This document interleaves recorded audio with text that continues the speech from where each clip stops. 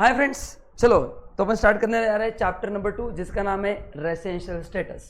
ठीक है, अब ये चैप्टर क्यों पढ़ना है इसका पहले मैं आपको लॉजिक बताने वाला हूँ कि ये चैप्टर क्यों पढ़ना है। ये चैप्टर पढ़ के हमको क्या समझ में आएगा। जैसे मैंने आपको कहा था कि चैप्टर 1 पढ़ने के बाद क्या समझ में आएगा बताओ। टैक्स कैसे निकालते हैं वो समझ में आ गया, बराबर है ना। तो चैप्टर 2 क्यों पढ़ना है। अच्छा, चैप्टर 1 में अपन ने वर्ड यूज़ किए थे, देखो रेसिडेंट नॉन रेसिडेंट। तो मैंने आपको चैप्टर 1 में कहा था कि ये वर्ड मैं चैप्टर 2 में पढ़ाने वाला हूँ। तो अभी आपको अगले 2-3 सेशन में समझ में आ जाएगा कि एग्जैक्टली रेसिडेंट कौन होता है, नॉन रेसिडेंट कौन होता है, ये आपको प्रॉपरली समझ में आ जाएगा। ठीक है, चलो अभी पहले चैप्टर क्यों पढ़ना है उसका मैं आपको एक एग्जाम्पल दिखाता हूँ। ये है Pamela Anderson. She visited India, she participated in Bigg Boss and she won 2.5 crore rupees in 3 days। तो अभी उसके मन में क्वेश्चन है कि मैं टैक्स कहाँ पे दूँ, इंडिया में दूँ या यूएसए में दूँ, because she is from USA,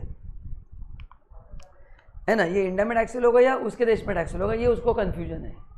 इसका आंसर आपको इस चैप्टर में मिल जाएगा। यस, अभी अपना एग्जाम्पल, ये अपना है एसआर के, ये मेरा फ्रेंड है, मैं इसको जानता हूँ, वो मेरे को नहीं जानता है। तो शाहरुख खान ने यूएसए में परफॉर्म किया और उसको 1 करोड़ मिला 2 दिन में। तो वो बेचारा कंफ्यूज है कि मैं कहाँ पे टैक्स दूँ। तो ये इसका आंसर आपको मिलेगा इस चैप्टर में। तो ये चैप्टर उन्हीं लोगों के लिए इंपॉर्टेंट है जिनका सोर्स ऑफ अर्निंग इंडिया के बाहर है। अगर आपका सब कुछ इंडिया में है तो ये चैप्टर अपने काम का नहीं है। तो आपके पेरेंट्स का पूरा इनकम इंडिया में ही है, there is no foreign connection, there is no business outside India, nothing, तो फिर ये चैप्टर कुछ रिलेवेंट नहीं है। जैसे मेरा भी जो भी सोर्स ऑफ इनकम पूरा इंडिया में ही है, करेक्ट ना। मेरे बाहर के क्लाइंट्स है बट स्टिल वो मैं बताऊंगा क्या, वो मेरे को मैं काम यहीं पे करता हूँ, मेरे को एज सच बाहर बार जाने की ज़रूरत नहीं पड़ती है, करेक्ट ना। So I am not going there to earn income, I am handling their accounts, income tax and all that. मेरे कुछ क्लाइंट है जो नॉन रेसिडेंट है, तो बट उनका मैं इंडिया में ही काम करता हूँ, मेरे को वहाँ पे जाने की जरूरत नहीं पड़ती। So there is no confusion in my mind कि मैं कहाँ पे टैक्स दूँ, करेक्ट ना। तो ये उन्हीं के लिए इंपॉर्टेंट है कि अगर बाहर के लोग इंडिया में आते हैं, अपने लोग इंडिया के बाहर जाते हैं, आगे जाके आपको कोई असाइनमेंट मिला है, आप यूएसए में जाके आपने कोई असाइनमेंट कंप्लीट किया, आपको वहाँ पे इनकम मिला, आप भी कंफ्यूज हो जाओगे। बट अभी नहीं होगे क्योंकि मैं आपको चैप्टर पढ़ा रहा हूँ, आपको इमीडिएटली आंसर मिल जाएगा कि कहाँ पे टैक्स देना है। आईपीएल खेलने के लिए क्रिस गेल इंडिया में आता है ना, वो भी बेचारा कंफ्यूज है कि क्रिस गेल इंडिया में आईपीएल खेलने आता है। देन वो अभी एक एडवर्टाइजमेंट में काम कर रहा है फेयर एंड हैंडसम में, लवली नहीं, वो गर्ल्स के लिए है, फेयर एंड हैंडसम में वो काम कर रहा है, करेक्ट ना। यस, आपको नहीं पता क्या, यस करेक्ट ना। तो वो फेयर एंड हैंडसम में काम कर रहा है, यस। फिर वो टाटा की कार का एडवर्टाइजमेंट था, तो इंडिया में बहुत से लोग बाहर के लोग आते हैं इंडिया में पैसा कमाने के लिए, तो वो कहाँ पे टैक्सेबल होगा, वो कहाँ पे टैक्सेबल होगा, तो उसको भी कन्फ्यूजन है। तो ये सभी कन्फ्यूजन यहाँ पे क्लियर हो जाएंगे, ठीक है।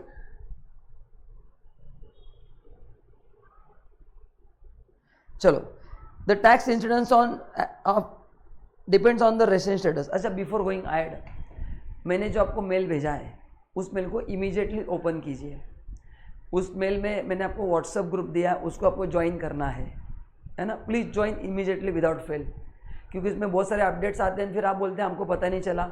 एक बार मेल पढ़ लो। मेरा टेलीग्राम चैनल है, उसमें ज्वाइन करना है, उसमें डेली टेस्ट चलते रहते हैं, तो उसमें आपको बहुत सारे अपडेट्स आते हैं। मेरा यूट्यूब चैनल CA विपुल शाह, उसको अब भी सब्सक्राइब करो इमीडिएटली करो, लेक्चर पॉज करके, क्योंकि उसमें मैं हर वीक रिवीजन सेशन लेते रहता हूँ, करेक्ट ना। फिर आपको मिस हो जाएगा, बाद में आप एग्जाम के 1 महीने बोलेंगे सर क्या करना है एक्स्ट्रा, तो already we are doing extra every week, correct ना। सो प्लीज़ इमीडिएटली 3 चीज़ें ज्वाइन करो, व्हाट्सअप ग्रुप, टेलीग्राम ग्रुप, मेरा YouTube channel CM Vipul Shah, मेरा इंस्टाग्राम पेज भी फॉलो करो CM विपुल शाह, उसमें भी डेली क्वेश्चंस आते रहते हैं, छोटे छोटे MCQ आते रहते हैं, इससे प्रैक्टिस होगी।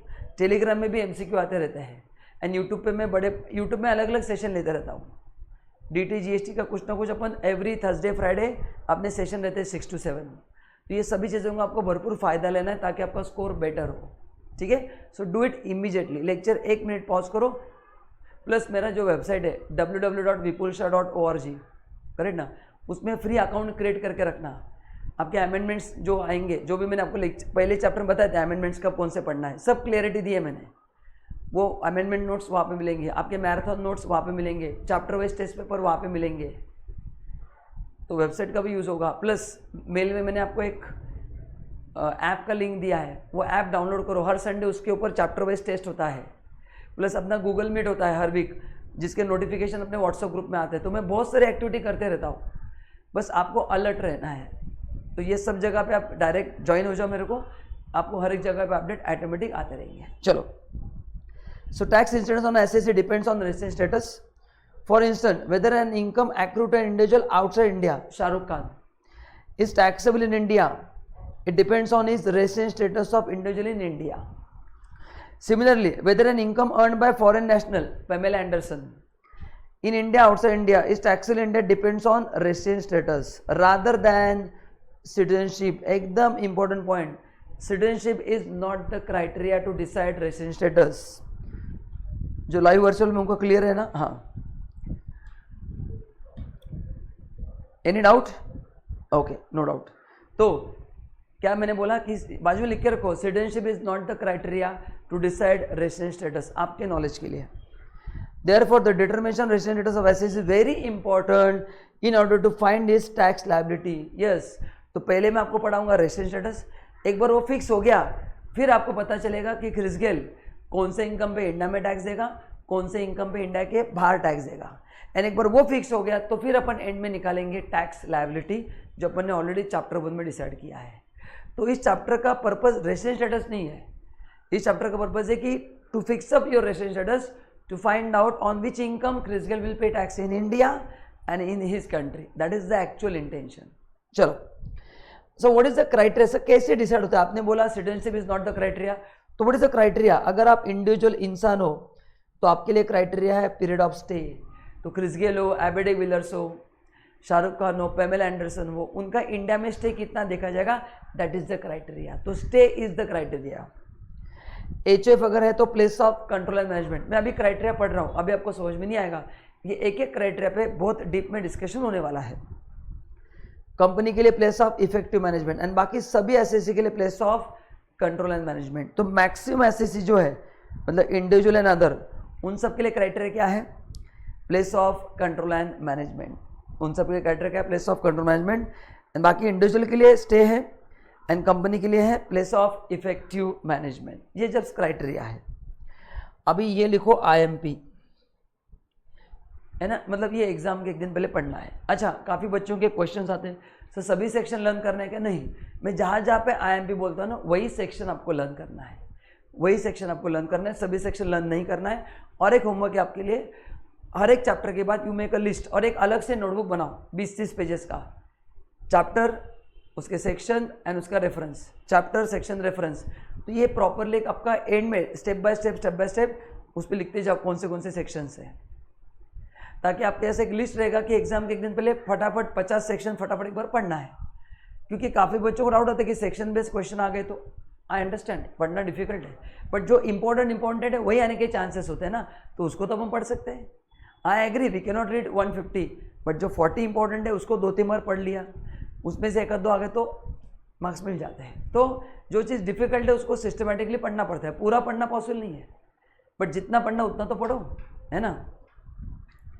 Okay, resident status determine for each category of person separately, मतलब हर एक पर्सन के लिए अलग अलग क्राइटेरिया है जो मैं आपको पढ़ाने वाला हूँ। The resident status to be determine for previous year, very very important sir. ये क्योंकि देखो क्रिस गेल का स्टेटस सब प्रीवियस ईयर में देखना या असेसमेंट ईयर, जिस साल का इनकम उस साल का स्टेटस, जिस साल का इनकम उस साल का स्टेटस। तो ये देखना है 21-22, अपना प्रीवियस ईयर कौन सा है? अपना एग्जाम 2022 में है, तो अपना प्रीवियस ईयर है 21-22।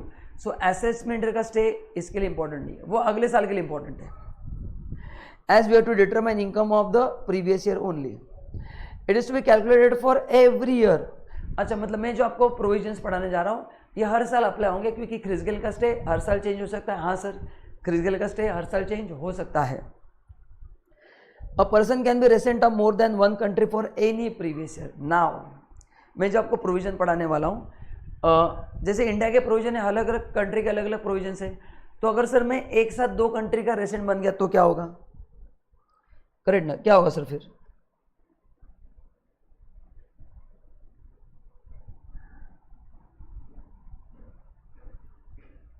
जैसे मिस्टर ए है,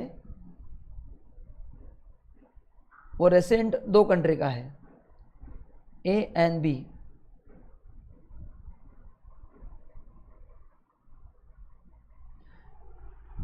वो कंट्री ए एंड बी दोनों का रेसिडेंट है, तो क्या दोनों देश में टैक्स देगा क्या? नहीं नहीं नहीं, नहीं। करेक्ट ना। तो इसके लिए फिर क्या प्रोविजन है? इसके लिए एक ट्रीटी होता है, double taxation avoidance agreement treaty, जो अपने को आगे पढ़ना है नेक्स्ट लेवल पे, फाइनल लेवल पे। तो उसके हिसाब से टैक्स आपका डिसाइड होगा। दो कंट्री में टैक्स देने की जरूरत नहीं, और उसमें अलग अलग क्राइटेरिया, बट आपको मैं अभी नहीं बताऊंगा, अन्य से अभी कंफ्यूज करने का मतलब नहीं है। इतना ध्यान में रखना कि जब आप एक साथ दो कंट्री में रेसिडेंट बन गए, सो दो कंट्रीज में एग्रीमेंट होते हैं, डबल टैक्सेशन अवॉइडेंस एग्रीमेंट, उसके बेसिस पे आप किसी एक कंट्री में टैक्स देते हो। अभी वो डिसाइड करने के लिए बहुत सारे क्राइटेरिया है। पहला क्राइटेरिया है कि आप नॉर्मली कहाँ पे रहते हो, वो देखा जाता है। दूसरा क्राइटेरिया है, फिर आप बोलेंगे सर मैं दोनों जगह पे रहता हूँ, हाँ, तो दूसरा क्राइटेरिया कि आप बिजनेस इकोनॉमिक डिसीजन कहाँ से लेते हो, वो एक क्राइटेरिया है। तो उसको बोलते हैं टाई ब्रेकर रूल। ये फाइनल में मैं पढ़ाता हूँ, तो अभी मैं ज़्यादा बात नहीं करूँगा, पर इतना ध्यान में रखना कि there is a treaty, and treaty के हिसाब से आपको दो कंट्री में टैक्स देने की जरूरत नहीं है। बस इतना भी आप समझ लो। Citizen of a country and resident status are different concept. Vipul sir India के सिटीजन है, तो इसका मतलब ये नहीं कि मैं इंडिया का रेसिडेंट हूँ। क्रिस गेल भी इंडिया का रेसिडेंट बन सकता है, because criteria period of stay है। If he stays here for few number of days, वो रेसिडेंट बन जाएगा, ठीक है ना। सो ये रिलेवेंट नहीं है। If person is resident India relevant to in the previous year, relevant to assessment year in respect of any source of income, then he shall be deemed to be resident for his other source of income. Now chapter 1 में मैंने बताया था कि head of income can be one, तो house property is a head, आपके 5 properties है, तो every property is a source of income मैंने कहा था। तो अगर एक सोर्स के लिए आप रेसिडेंट हो, तो बाकी चारों सोर्स के लिए भी आप क्या बनोगे? रेसिडेंट ही बनोगे। एक सोर्स के लिए अगर आप नॉन रेसिडेंट हो, तो बाकी चारों के लिए भी आप क्या बनोगे? Non resident. मतलब गवर्नमेंट यहाँ पे आपसे बात क्या करना चाहती है कि भाई तेरा जो स्टेटस है ना एज एन इंडिविजुअल, वो स्टे के हिसाब से डिसाइड होगा, तेरे इनकम के हिसाब से डिसाइड नहीं होगा। And if you become resident for any particular income, मतलब इन पर्टिकुलर सोर्स, करेक्ट, मतलब हाउस प्रॉपर्टी 1 का इनकम अगर मैं रेसिडेंट हूँ, तो 2, 3, 4 के लिए भी मैं रेसिडेंट माना जाऊंगा। So source is a part of head of income. If individual stays on a ship which is there in territorial water, तो then it shall be treated as his presence in India. याद है chapter 1 में पढ़ा था, territorial water 12 nautical mile, correct ना? ठीक है, यहाँ तक देख लो, कोई डाउट है क्या? जो लाइव में उनको कोई डाउट है क्या? नहीं नहीं अभिजीत, अभी अपने को नहीं पढ़ना है वो जो डबल टैक्सेशन है अभी नहीं, फाइनल में, तो अभी वो डाउट मत पूछो, करेक्ट ना? Yes, any other doubt? Okay, ठीक है। Now this is very important. यहां पे मैं आपको क्या पढ़ाने वाला हूं, लिखो बाजू में सब लोग, आप भी लिखो।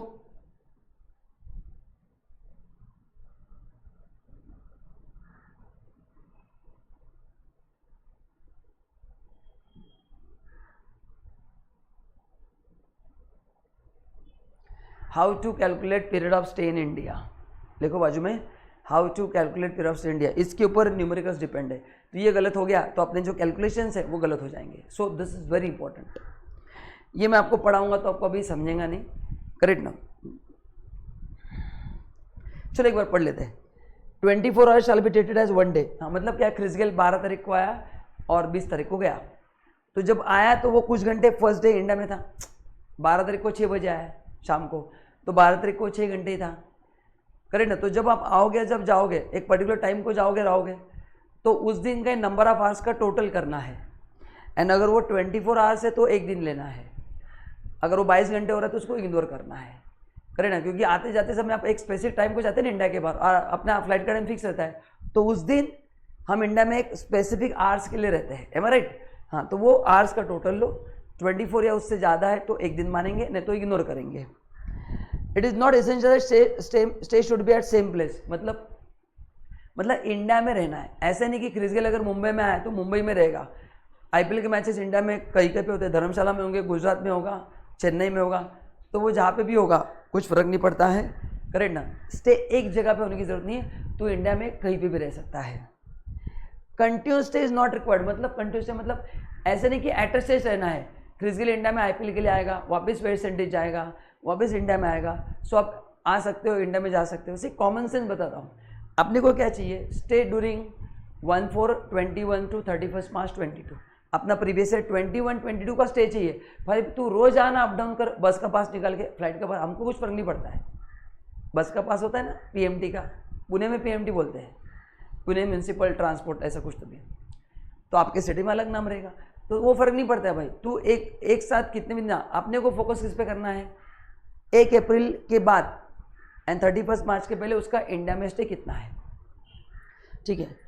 तो कंटिन्यूसली इंपॉर्टेंट नहीं। अब एक मैं पॉइंट आपके सामने रखना चाहूंगा, देखो थोड़ा,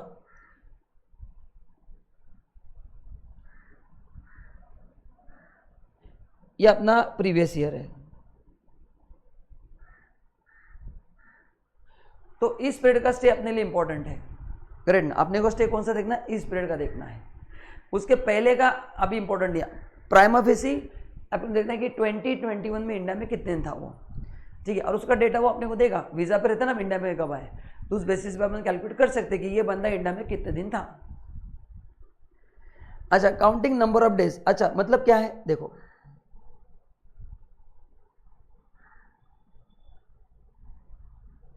जैसे मैं बोलता हूं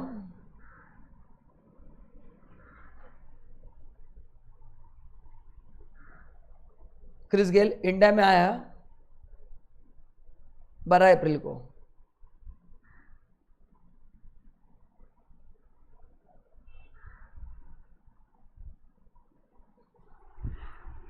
इंडिया में आया एंड 26 मार्च इंडिया छोड़ के गया। अभी उसका आने जाने का समय नहीं दिया है, 12 अप्रैल का आने का समय नहीं दिया है, 26 मार्च का जाने का समय नहीं दिया है, तो इन दोनों दिन को पूरा काउंट करना है, बिकॉज एकेडमिक लेवल पे अपने पास इन्फॉर्मेशन नहीं है। प्रैक्टिकली वीज़ा पे लिखा रहेगा फ्लाइट कितने बजे आए, मतलब वो रहेगा, उसमें प्रॉब्लम नहीं आएगा, बट एग्जाम में क्या करोगे, तो एग्जाम में अगर उसका आने जाने का समय नहीं दिया है तो दोनों दिन को पूरा काउंट करना है, दोनों दिन को पूरा क्या करना है, काउंट करना है, ठीक है। अभी जो मैंने पढ़ा है उसको अपन अभी परफेक्ट करते हैं। ध्यान दो, मैं आपको एक पीपीटी दिखा रहा हूँ, ये आपको लिखना है आपके नोटबुक में, how to calculate period of stay. देखो पहले केस में इंडिया में 15 जून को आया है और 1 दिसंबर 21 को चला गया है। अभी पहला क्वेश्चन आप सबसे सब लोग आंसर दो, उसका मैंने आने जाने का समय आपको नहीं दिया है, तो बताओ 15 जून एंड 1 दिसंबर को आप पूरा काउंट करोगे या पार्ट, सब लोग आंसर दो। आपका आंसर तो मैं देख नहीं सकता, जो लाइव वर्चुअल उनका देख लेता हूँ। Correct, Abhijeet, Isha, perfect, correct correct. तो दोनों दिन को काउंट करना है, तो करेक्ट ना। तो देखो 15 जून से 1 दिसंबर, तो अभी देखो ध्यान दो सब लोग कैसे काउंट करना है, अरे 170 डेज। देखो अभी ध्यान दो सब लोग, 15 जून को काउंट करना है क्योंकि आने का समय नहीं दिया है, मतलब 14 डेज को काउंट नहीं करना है, 15 को काउंट करना है, मतलब 14 को काउंट नहीं करना है। जून में होते 30 दिन, सो 30 - 14 16 डेज आएंगे। डायरेक्ट 30 - 15 मत करो, बी केयरफुल। मैं क्या बोल रहा हूँ वापस बताता हूँ, 15 को काउंट करना है, मतलब पहले 14 को काउंट नहीं करना है। सो जून में टाइप करो मेरे साथ 30, सब लोग टाइप करो 30 माइनस, सर ने बोला है 14 काउंट नहीं करना है, मतलब जून के काउंट होंगे 16, जुलाई 31, अगस्त 31, सितंबर 30, अक्टूबर 31, नवंबर 30, 1 दिसंबर काउंट होगा। नंबर ऑफ आवर्स नहीं दिए, 1 दिसंबर काउंट करो, आंसर मेरा आ रहा है 170 दिन। ओके, तो ये बंदा इंडिया में 170 दिन था। उसका यूज़ कैसे करना है बाद में पढ़ाऊंगा मैं, अभी पहले आप लर्न कर लो how to calculate number of stay, ठीक है। Is this clear? अच्छा वापस बताओ, देखो कुछ लोगों को डाउट है लाइव वर्चुअल में, 15 जून को पूरा काउंट करना है और 1 दिसंबर को भी पूरा काउंट करना है। तो 15 को काउंट करना है, मतलब जून के 14 डेज को मैं हटाऊंगा, सो 30 - 14, do it on calculator for me. हाँ, तो इसलिए जून के 16 लिखे। इज दिस क्लियर नाउ जो लाइव वर्चुअल में है? Yes, great.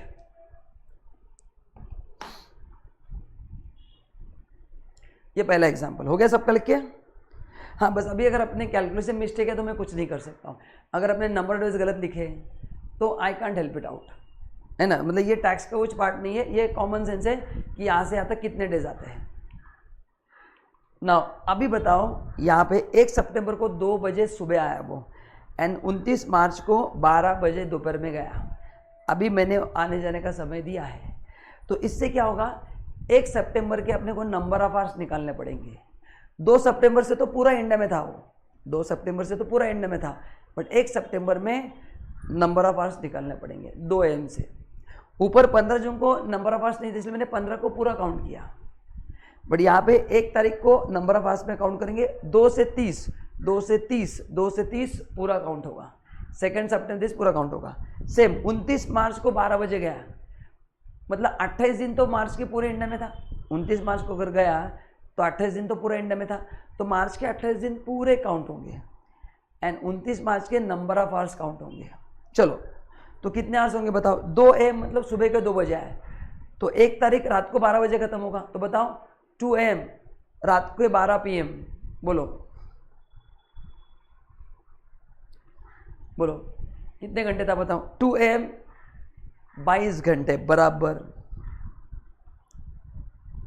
तो देखो 29 दिन एंड 22 घंटे कैसे, 30 सितंबर में से 1 के 22 घंटे, 1 तारीख के 22 घंटे, 30 - 1 29 days, so 29 days and 22 hours. Is is clear? कैसे करना है बताओ सर। ओके ध्यान दो, इनको देखना है।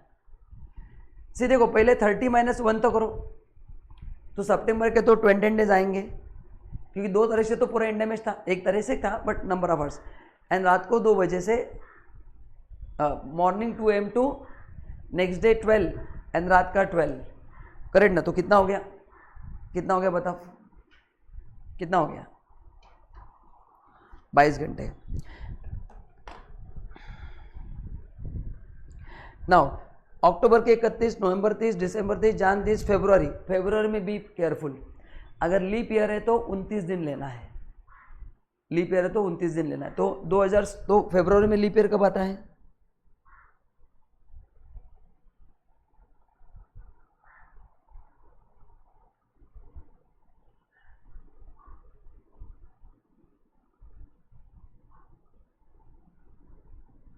है ना?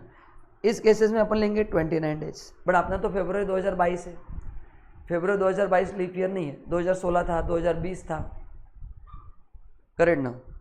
2024 था, तो यू नो लीप ईयर कब आता है, मतलब ये जनरल नॉलेज में मेरा कुछ टैक्स का संबंध नहीं है, फिर भी बता के दिया।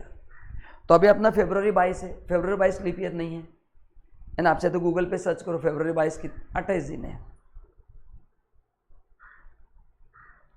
अच्छा, अब इसमें कंफ्यूजन हो सकता है कि 12 PM मतलब ये दोपहर के 12 है, आप लिख के रखना इट इज आफ्टरनून 12। मैं AM लिखूंगा तो भी आपको कंफ्यूजन, एग्जैक्टली 12 है ना तो कंफ्यूजन होगा, सो इसके लिए व्हाट्सअप मत करना, मैं बार बार बता रहा हूँ ये दोपहर के 12 बजे गया है, वापस बता रहा हूँ, है ना? It's afternoon 12।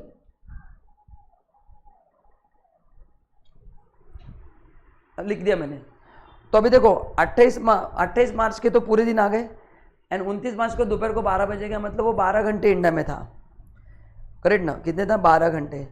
तो इन सिंपल वर्ड्स इसका अगर मैं टोटल लेता हूँ तो टोटल वो 34 आवर्स इंडिया में था। जिस दिन आया उस दिन 22 घंटे, जिस दिन गया उस दिन 12। अच्छा 12 PM का कंफ्यूजन नहीं चाहिए मेरे को, मैंने बता दिया। आप 12 PM लिखो मत, आप लिखो 12 आफ्टरनून, नहीं तो आप मेरे को बाद में व्हाट्सअप करोगे, इसलिए बार बार बता रहा हूँ इट्स 12 आफ्टरनून। PM हटा दो, वहाँ पे लिखो 12 आफ्टरनून। सबने लिखा क्या? हाँ आप भी लिख लो। तो दोपहर को 12 बजे गया, मतलब 29 तारीख को 12 घंटे था, रात के 12 से दोपहर के 12, तो टोटल 34 आवर्स है। एंड अब इसको राउंडिंग ऑफ कैसे करना है? इसका एक ही दिन लेना है, क्योंकि लॉ क्या बोलता है, अपन ने पढ़ा है 24 आवर्स को एक दिन मानना है। ऊपर के 12 घंटे स्वाहा लैप्स होंगे, ऊपर के 12 घंटे पे ध्यान मत दो, वो लैप्स होंगे, उसका इग्नोर करना है, लैप्स करना है, तो एक दिन माना जाएगा। तो अब इसका टोटल लो और उसमें एक दिन ऐड करो, बताओ कितने आ रहे हैं सब लोग। सो 29 + 31 + 30 + 31 + 31 + 28 + 28 + 1, 210 दिन आ रहा है, 209 दिन। देखो एक बार 29 31 30 31 28 28 बराबर है, चेक करो। सितंबर, अक्टूबर, नवंबर, दिसंबर, जनवरी, फरवरी, मार्च, 208 आ रहे, sorry 208 + 1, 209 days is the right answer. ठीक है, तो यहाँ पे आने जाने का समय दिया है, तो अपन ने उसको नंबर ऑफ आवर्स पे काउंट किया। पहले क्वेश्चन में आने जाने का समय नहीं दिया था, तो उसको पूरा काउंट करना है। ठीक है, चलो तीसरा question.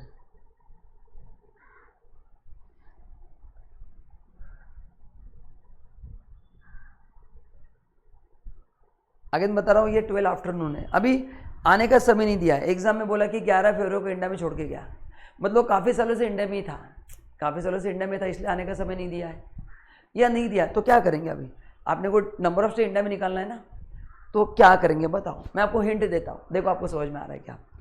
Residence status is to be determined for previous year only, residence status is to be determined for previous year only, previous year only. तो बताओ ये स्टार्ट कहाँ से होगा?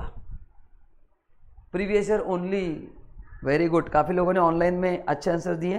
मैं आपके आंसर तो नहीं देख पा रहा हूँ जो रिकॉर्डेड है, पर लाइव वर्चुअल में 1 April is the right answer. तो जब भी एग्जाम में आने का दिन नहीं दिया है तो 1 अप्रैल 2021 से शुरुआत करना है। आई रिपीट, जब भी एग्जाम में आने का दिन नहीं दिया है तो 1 अप्रैल से शुरुआत करना है। तो 1 अप्रैल से 11 फरवरी, चलो निकलो नंबर ऑफ डेज। 1 अप्रैल से 11 फरवरी कितना आता है देखो। अच्छा, एक को काउंट करना है, मतलब अप्रैल के 30, मई, जून, जुलाई, अगस्त, सितंबर, अक्टूबर, नवंबर, दिसंबर, जनवरी और फरवरी के 11, 317 दिन आएंगे देखो, करेक्ट, 317 डेज। तो उसका स्टे इंडिया में 317 था। तो यहाँ पे क्या था? आने का समय नहीं दिया था, आने का समय नहीं दिया था, तो 1 अप्रैल से काउंट करना है। Simple, is this clear? Kinjal, any doubt? Okay, ठीक है। नाउ नेक्स्ट, अभी जाने का समय नहीं दिया है, बताओ क्या करेंगे आप? बताओ, अभी आपको आना चाहिए, जाने का समय नहीं दिया है। Present status is determine for previous year only. बताओ सब लोग फटाफट आंसर दो। यस, साक्षी सही जवाब। 31 मार्च तक लेना है। गुड, आई थिंक आपका भी आंसर वही होगा। मैं इनके आंसर पढ़ पा रहा हूँ, आपके नहीं पढ़ पा रहा हूँ। एनीवेज, सो ये 31 मार्च तक होगा। तो जाने का समय नहीं दिया तो 31 मार्च तक काउंट होगा। तो चलो करो, 11 मई से 31 मार्च, 11 को काउंट करना है क्योंकि आने जाने का समय नहीं दिया है। तो 11 मई को भी काउंट करेंगे, 31 मार्च को भी काउंट करेंगे। ऊपर भी 1 अप्रैल को पूरा काउंट किया। जिस दिन आने जाने का समय नहीं दिया है वो दोनों दिन को पूरा ऐड करना है। चलो, तो मई के, अभी देखो मई के 10 नहीं आएंगे, 11 काउंट करना है। सो 31 माइनस 10, तो मई के 21 आएंगे। वैसे करना है कि 10 नहीं चाहिए ना अपने को, 11 चाहिए तो 10 नहीं चाहिए। सो 31 माइनस 10, मतलब एग्जाम में मिस्टेक नहीं होगी। तो ये मई, जून, जुलाई, अगस्त, सितंबर, अक्टूबर, नवंबर, दिसंबर, जनवरी, फरवरी, मार्च, ये मेरा आंसर है। दिख रहा है आपको वीडियो में? 325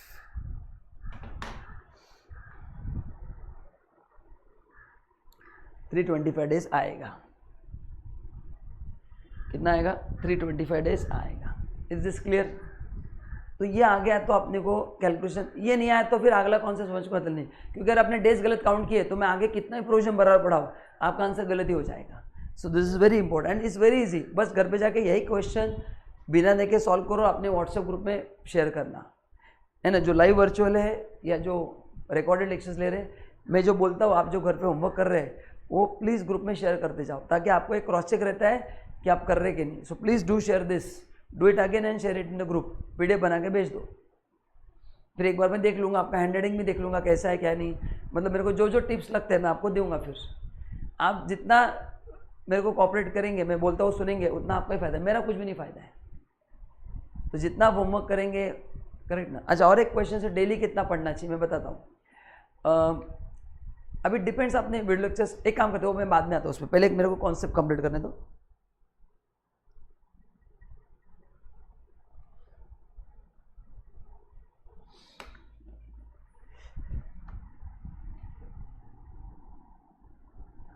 अब एक नया क्वेश्चन मैं आपको दे रहा हूँ।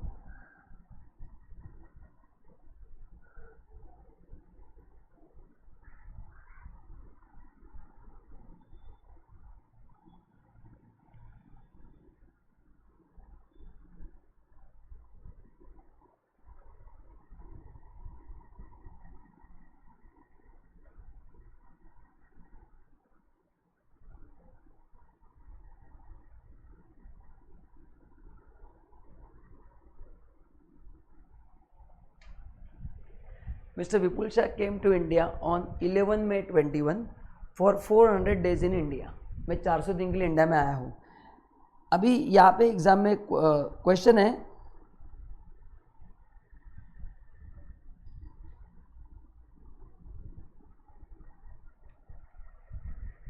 Calculate number of stay. अब मैं इंडिया में कितने दिन था, बच्चे डायरेक्टली आंसर लिख देते सर 400।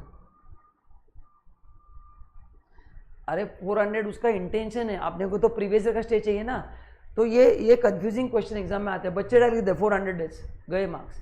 भाई एक साल में कैसे रहेगा आदमी 400 दिन, थोड़ा तो लॉजिक लगाओ। एक साल में 400 दिन मतलब तुमने ईयर में अमेंडमेंट कर डाले है ना, मतलब आपने को अमेंडमेंट करना अलाउड नहीं है ना, so self amendments are not allowed है ना। हाँ देखो कुछ बच्चों ने लिख दिया पे 400 दिन, यही प्रॉब्लम है। मैं बोलता हूँ खड्डा है फिर भी बोलते हैं आपको गिरना है सर, एक बार तो मजे लेने दो। तो यहाँ पे क्या करना है फिर 11 मई से 31 मार्च तक काउंट करना है। आई थिंक अपन ने ऑलरेडी किया था ना, हाँ 325 दिन आ ही रहे।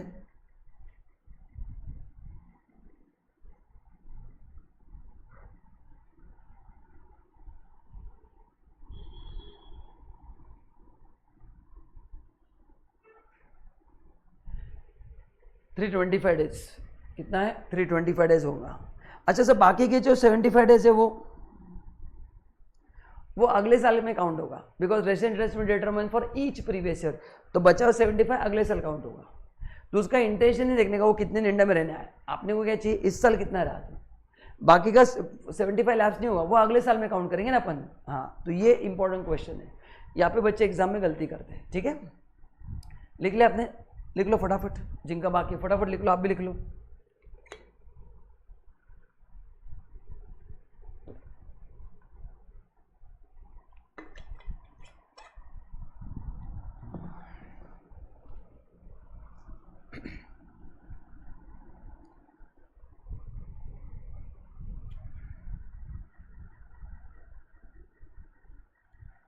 तो ये चारों पॉइंट अपने हो गए। आगे ना सर ये कैसे पता चलेगा कि मैं कहाँ पे हूँ सर, मतलब कौन बताएगा ये किसकी रिस्पॉन्सिबिलिटी है। देखो whether SS is a resident और non resident is a question of fact, depend ना नंबर ऑफ स्टे के ऊपर। As a duty of SSC to place all the relevant fact before income tax authority, मतलब आपका काम है उनको data देना। तो it is the responsibility of Chris Gayle to provide information regarding is number of stay in India. वो income tax officer नहीं बोल सकता ढूंढते दिखा, बता कितने दिन इंडिया में था, बता मैं नहीं दूंगा मेरा वीज़ा पासपोर्ट। अभी इनकम टैक्स ऑफिसर कैसे चेक करेगा, हर एक एयरपोर्ट जाके चेक करेगा क्या बताओ क्रिस गेल यहाँ पे कब आया था। So obviously it's your responsibility, correct ना। तो ये आपको डेटा देना है कि सर ये इतने दिन में इंडिया में था। नाउ सेक्शन 6 मेक्स प्रिजम्पशन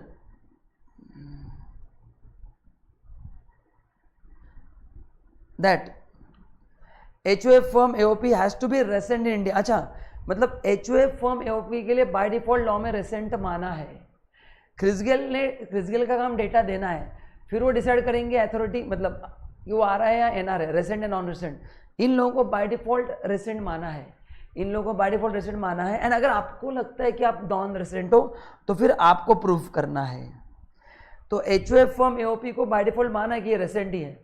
अगर तुमको लगता है कि मैं नॉन रेसिडेंट हूँ तो it's a responsibility on you to prove to government कि मैं नॉन रेसिडेंट हूँ। तो HOF firm AOP ये इनका रिस्पॉन्सिबिलिटी गवर्नमेंट को प्रूव करना, if they want to prove themselves to be a non resident. अगर रेसिडेंट है तो बात ही खत्म हो गई। And for individual and HOF ये डिपार्टमेंट का रिस्पॉन्सिबिलिटी है। यस मतलब क्रिस गेल का डेटा देना काम है, बाद में वो रेसिडेंट या नॉन रेसिडेंट ये प्रूव करना डिपार्टमेंट का काम है। समझ में आ गया। तो इनके लिए प्रूव करने की जरूरत नहीं है, इनको तो बाय डिफॉल्ट फिक्स कर दिया है, बाकी लोगों के लिए प्रूफ करना पड़ेगा। ये जस्ट पढ़ के रखना, इस पे एग्जाम में क्वेश्चन नहीं आएंगे, बट ये आपके प्रैक्टिकल नॉलेज के लिए मैंने आपको बता दिया है। ओके अच्छा और एक चीज़ बताता हूँ, जिन लोगों ने हार्ड कॉपी लिया है, मेरे जो नोट्स है ये प्रिंटेड, ये कलर नोट्स है, बट आपको hard copy black and white ही मिलता है। कलर प्रिंट के लिए आपको एक्स्ट्रा पैसा देना पड़ता है। तो जब भी आपने वेबसाइट से ऑर्डर दिया है आपको चेक करना है।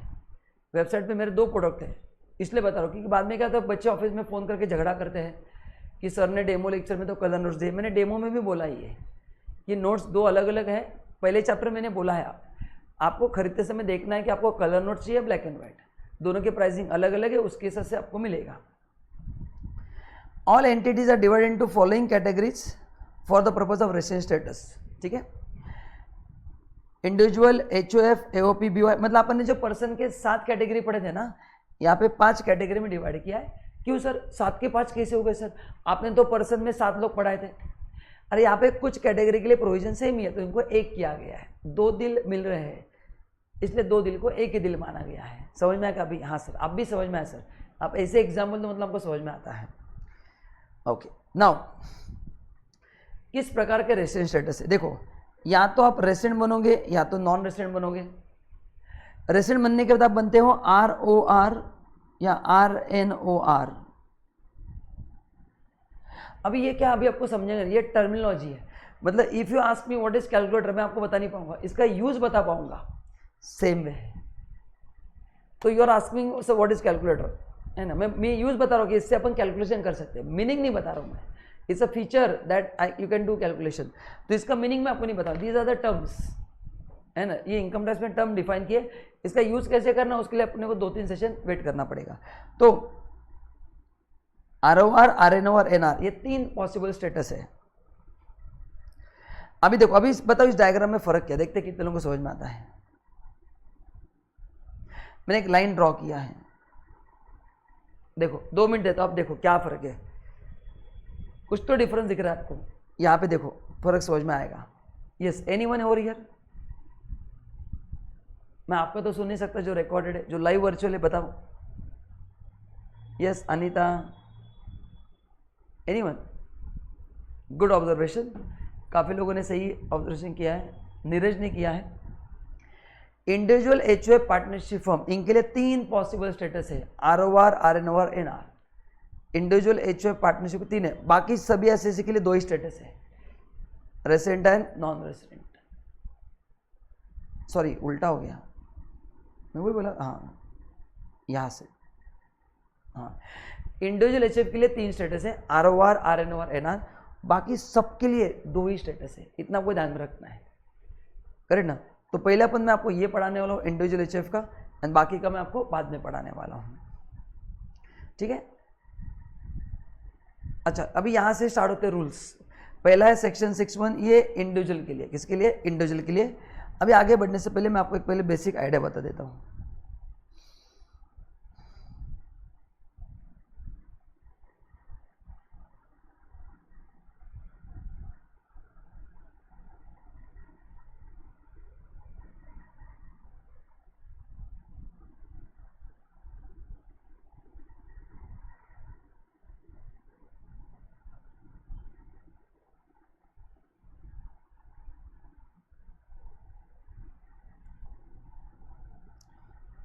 मैं लिख के बताता हूँ, ध्यान देना। सी, अपन पहले बात कर रहे हैं इंडिविजुअल की।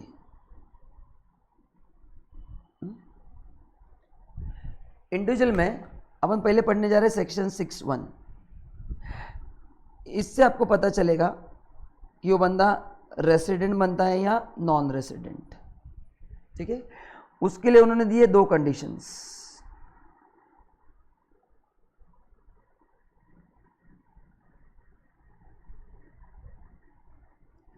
करेक्ट ना? मतलब आ रहा है ना, 2 कंडीशन है। अभी क्या आपको ध्यान में रखना है, मैं पहले स्ट्रक्चर बता रहा हूं ताकि मैं पढ़ाऊंगा तो इजी होगा। अगर दोनों कंडीशन उसने फुलफिल कर दिए तो भी आप RI बनोगे। ये किया, ये नहीं किया, ये नहीं किया, ये किया, तब भी आप RI बनोगे। एंड अगर एक भी नहीं किया तो आप बनोगे NR। बस इतना पहले स्ट्रक्चर दिमाग में फिट कर दो कि मैं आपको 2 कंडीशंस पढ़ाने जा रहा हूं, है ना? दोनों एक साथ फुलफिल किए तो भी रेसिडेंट, दोनों में से एक किया तो भी रेसिडेंट, कोई भी हो फिर, एंड दोनों नहीं किया तो नॉन रेसिडेंट आप कहलाओगे। इसमें अमेंडमेंट हुआ है, मैं वो भी बताने वाला हूँ। एंड फिर मैं आपको पढ़ाने वाला हूँ सेक्शन 6(6), जिससे आप डिसाइड करते कि वो बंदा ROR है या RNOR है।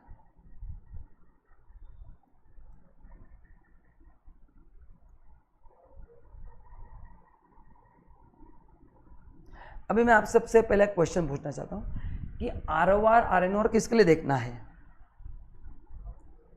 जो बंदा रेसिडेंट बनता है ना, उसके लिए ROR, RNOR है। NR के लिए दी एंड है। तो ये जो मैं अभी आपको स्ट्रक्चर बता रहा हूं, it is only for RI, it is only for RI, correct ना? तो this is for this fellow.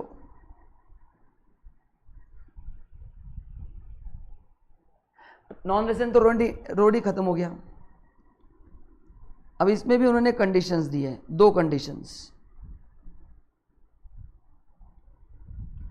1 and 2। Again वही पॉसिबिलिटी है, क्या सर दोनों करेगा, दोनों में से एक करेगा या दोनों नहीं करेगा, है ना। तो यहाँ पे थोड़ा स्ट्रक्चर अलग है, इन केसेस में बनता है वो RNOR एंड यहाँ पे बनता है वो ROR। यहाँ पे बनता है वो ROR।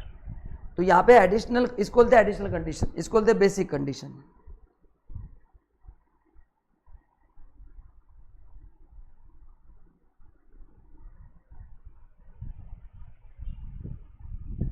ये डायग्राम बहुत इंपॉर्टेंट है, प्रोविजन तो समझ में आते, बच्चे इसमें कंफ्यूज जाते हैं, तो उसको एक बार मैं आपके लिए रिपीट करता हूँ कि मैं पढ़ा रहा हूँ इंडिविजुअल, ये मैं अगले सेशन पढ़ाऊंगा, अभी इंट्रोड्यूस कर रहा हूँ, फिर सेशन रोकने वाला हूँ, मैं थोड़े ज़्यादा ब्रेक देता हूँ ताकि एक एक सेक्शन दिमाग में फिट हो। तो ये जो मैंने पढ़ा है ना, ये आपको घर पे पहले रिवाइज करना अच्छे से। कुछ भी डाउट्स है तो अपना जो व्हाट्सअप ग्रुप है उस पर मैसेज डालना है, टेलीग्राम पे मैसेज डालना है, व्हाट्सअप ग्रुप पे डालना है। टेलीग्राम आपके एग्जाम वो प्रैक्टिस के लिए है, सो व्हाट्सअप ग्रुप जो अपना है उस पर डाउट डालना कि सर ये मेरे को डाउट है, मैं फिर क्लियर कर दूंगा। Don't send me doubt on my personal number, क्योंकि मेरे को बहुत मैसेज आते हैं, मैं पढ़ नहीं पाता हूँ, लेकिन जो ग्रुप में मैसेज आते हैं वो कंफर्म क्लियर होते हैं। So if you sending me personal message, there is a possibility you will not get reply और you get reply after some time, okay, and give me at least 12 hours to reply. है ना, बच्चे question mark भेजते हैं, sir reply, अरे भाई मेरे को दिन भर लेक्चर लेने होते हैं, मैं खाली बैठा नहीं हूँ, लेक्चर होते हैं, अमेंडमेंट्स, मेरे ऑफिस के काम, आपके डाउट्स, तो सब लेवल पे काम चलता है, तो आपको रिप्लाई आएगा। रात को 12 बजे मैं सोने से पहले सब लोगों को रिप्लाई करके सोता हूँ, सो यू डोंट वरी, आपको रिप्लाई कंफर्म आ जाएगा। या सुबह 5 बजे, ये मेरा तो टाइम है, मैं मोस्टली सुबह 5 बजे या रात को 11 बजे सभी डाउट्स को क्लियर कर देता हूँ बचे हुए। अदरवाइज जिनमें टाइम मिलता है तो मैं इमीडिएटली क्लियर करता हूँ, बट अगर रह गया तो हो जाएंगे क्लियर। ऐसा फिर भी आप भूल गए तो रिमाइंडर कर देना, इंसान हूँ, कभी कभी गलती होती है, इंटेंशन तो नहीं कर रहा हूँ ना, यस मोस्टली ऐसा नहीं होगा, बट कभी भूल गया तो रिमाइंडर कर देना, मैं आंसर दे दूंगा, करेक्ट ना। सो थोड़ा ये अपने को अंडरस्टैंडिंग लेवल पे करना पड़ेगा। आप भी मेरा होमवर्क डेली करते हैं क्या? नहीं करते हैं, फिर है ना, मैंने बोला व्हाट्सएप में शेयर करो, आपने एक बार भी शेयर किया क्या है होमवर्क? नहीं किया है, तो फिर वैसे ही है ना, आप खुद होमवर्क नहीं कर रहे, मेरे से इतनी उम्मीद ला के रख के बैठे, कैसे होगा? मैं तो मेरा काम करूंगा, बट आप भी आपका काम करो। तो RI बनने के लिए कोई भी एक किया तो तुम RI बनोगे, बट RNOR के लिए दोनों बनेंगे तो ROR, दोनों में से एक बनेंगे तो RNOR। ये स्ट्रक्चर आपको अच्छे से लर्न करना है, ठीक है। बस आज मैं लेक्चर यहीं पे रोक रहा हूँ, क्योंकि ये आप एक बार पूरा इतना रिवाइज कर लो, बहुत ही इंपॉर्टेंट सेशन था ये। आगे का काफ़ी सिंपल है, ये सेशन समझ में आ गया तो आगे कुछ डिफिकल्ट नहीं है, ये सेशन 2 बार देखो, कुछ भी डाउट नहीं होना चाहिए, ठीक है। चलो, thank you so much, bye bye, मिलते हैं अगले लेक्चर।